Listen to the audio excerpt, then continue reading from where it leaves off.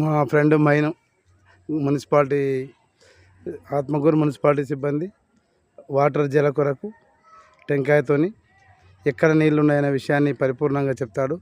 చాలా బోర్లు వేయడం జరిగింది. ప్రతి బోర్ కూడా సక్సెస్ అయ్యింది.